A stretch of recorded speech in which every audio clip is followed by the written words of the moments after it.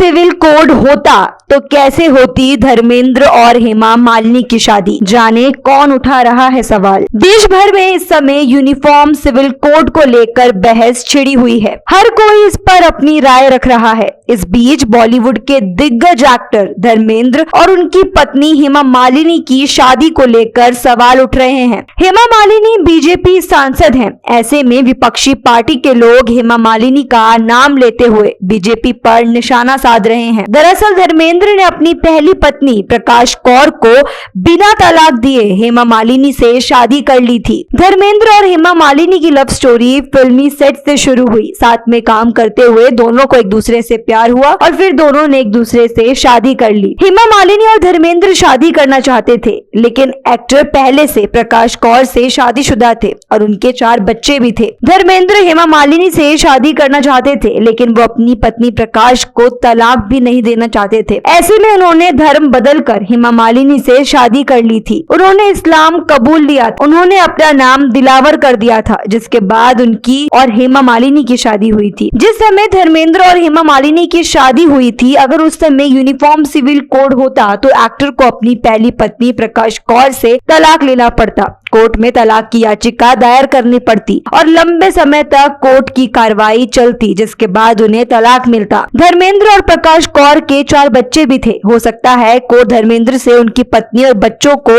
गुजारा भत्ता देने के लिए भी कह सकता था। हाल ही में जम्मू कश्मीर की पूर्व सीएम महबूबा मुफ्ती ने धर्मेंद्र और हेमा मालिनी पर निशाना साधा था। उन्होंने कहा था कि क्या धर्मेंद्र हेमा की दूसरी शादी पर यूसीसी लागू होगा। उन्होंने आगे कहा, अगर यूसीसी कानून बनता है तो दूसरी शादी को लेकर क्या हेमा जी को बीजेपी जेल भेजेगी।